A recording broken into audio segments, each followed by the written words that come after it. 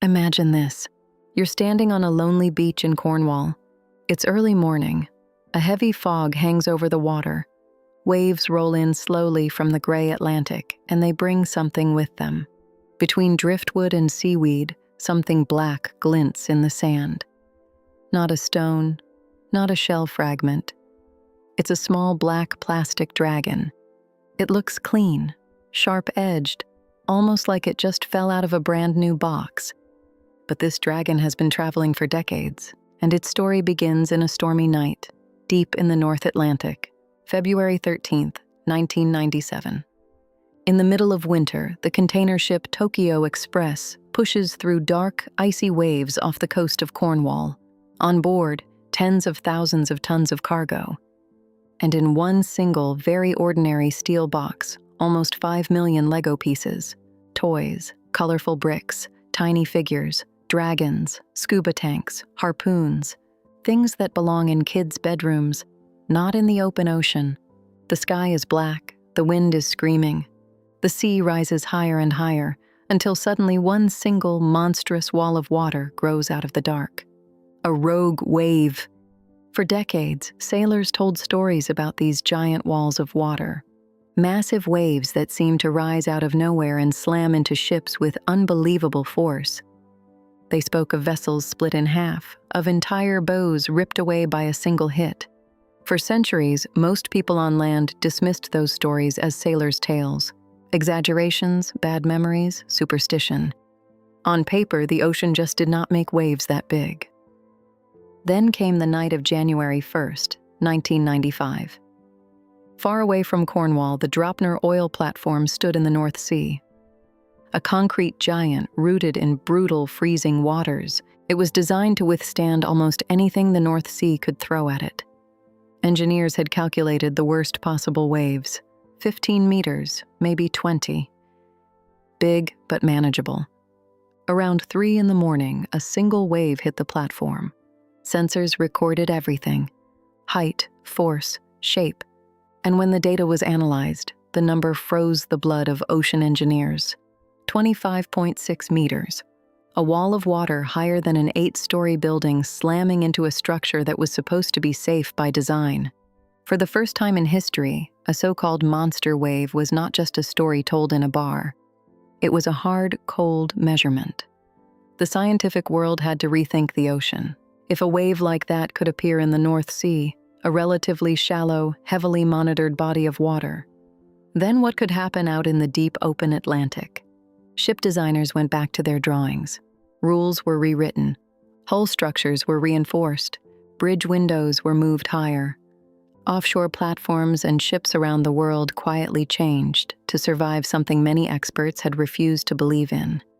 Today, many specialists agree, because of that one night at the Draupner platform, because that wave was recorded instead of ignored, thousands of sailors are alive who might otherwise have vanished at sea. Ships that would have been torn apart decades ago now make it back to port. Crew, cargo, and stories all returning home. And yet, the ocean still keeps most of its secrets.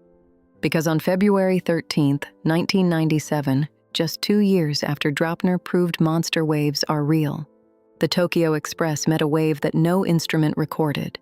No neat graph, no exact number, just the brutal memory of a ship thrown on its side and 62 containers falling into the dark. That wave hits the Tokio Express like a fist. The 147-meter ship is thrown onto its side, tilting up to 60 degrees. For a moment, it feels as if the vessel is hanging from a wall of water. On the bridge, crew members are thrown across the room. Metal groans, container chains stretched to their limit. Outside, there is the sick, muffled sound of steel giving way. 62 containers break loose. First, there is only a trembling, then a violent jerk, and then emptiness. One by one, the steel giants slide into nothingness. Each one weighs tons, but in the roar of the storm, they sound like toys tossed into a bathtub. One of those containers carries a quiet little number, XCL621. Unlike most of the others, it will not vanish into the dark. It is about to make history. When the container hits the water, it tears open. Not with a cinematic explosion, but with a dull, suffocated crack. The cold Black Sea rushes in. 4.8 million Lego pieces smash into each other, like someone dumping a gigantic toy chest into a grave. But this grave is not still. Currents grab the lighter parts and drag them out into the open ocean.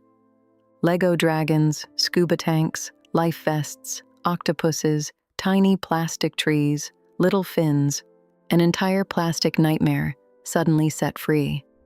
And this is where the irony of fate gets truly disturbing. Because the ocean has taken exactly the kind of toy that pretends to keep people safe in the water.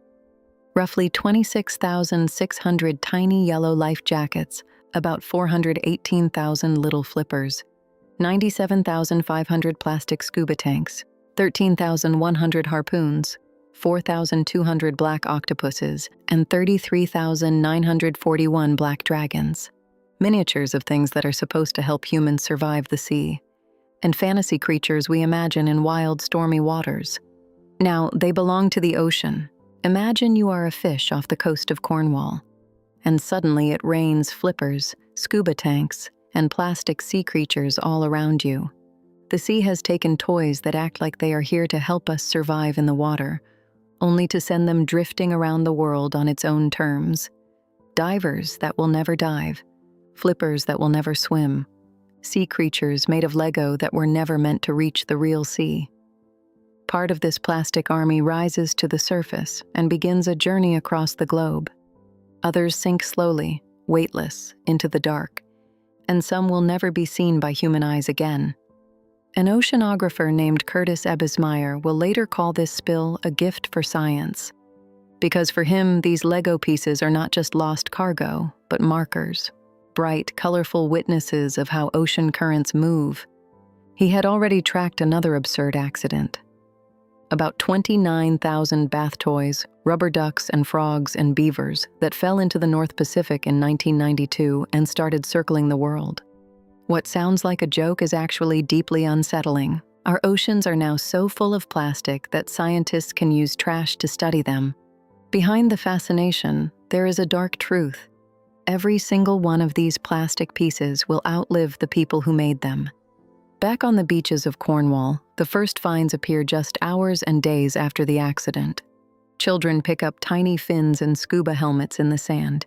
Fishermen haul up nets filled not only with fish, but with small, colorful figures.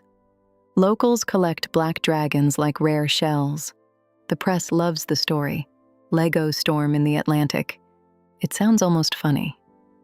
Almost, because hardly anyone is talking yet about what it really means when millions of plastic pieces are released into the sea.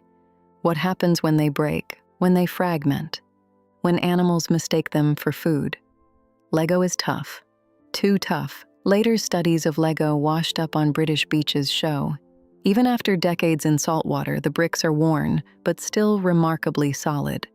Scientists estimate that a single Lego brick can survive in the ocean anywhere from 100 to 1,300 years. In other words, those black dragons that fell into the water in 1997 could still be out there long after anyone who remembers that stormy night is gone. An immortal plastic army. It never really rots. It just breaks into smaller and smaller pieces until it becomes invisible as microplastics floating in the water. Fish, seabirds, and marine mammals mistake these fragments for food. Their stomachs fill up, but they never get full. Some starve to death with a full belly. What began as a curious storm of toys slowly turns into a quiet, invisible poisoning. And the darkest part of this story is not the wave. It is not the breaking steel. It is what happens after. The shipping insurer labels the loss of the Lego cargo as economically insignificant. No large-scale recovery mission, no expensive deep-sea operation to bring the plastic back, which means, in plain language, it is cheaper to leave almost 5 million plastic pieces in the Atlantic than to clean up the mess.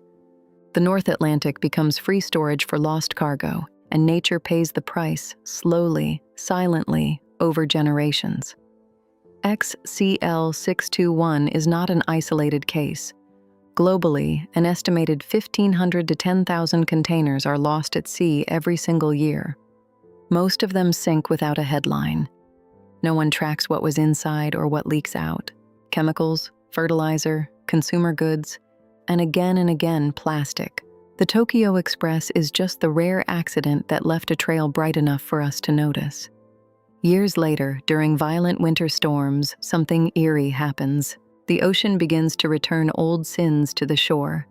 At places like Perrin Sands in Cornwall, storms tear away whole layers of beach.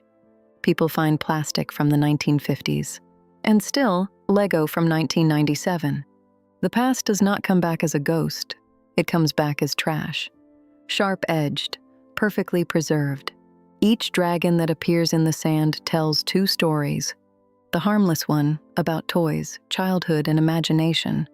And the darker one, about profit, throwaway culture, and a sea we are slowly turning into a landfill. The Lego disaster is not a closed case from 1997. It is an ongoing chapter in a much bigger, much darker story. How many containers have sunk in the last few decades that we never heard about?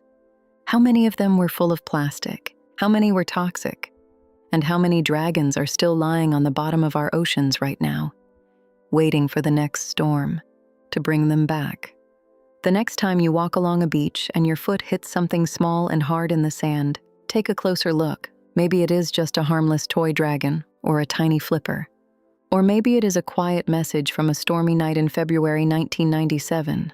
Proof that what we throw into the ocean never really disappears. It just waits in the dark.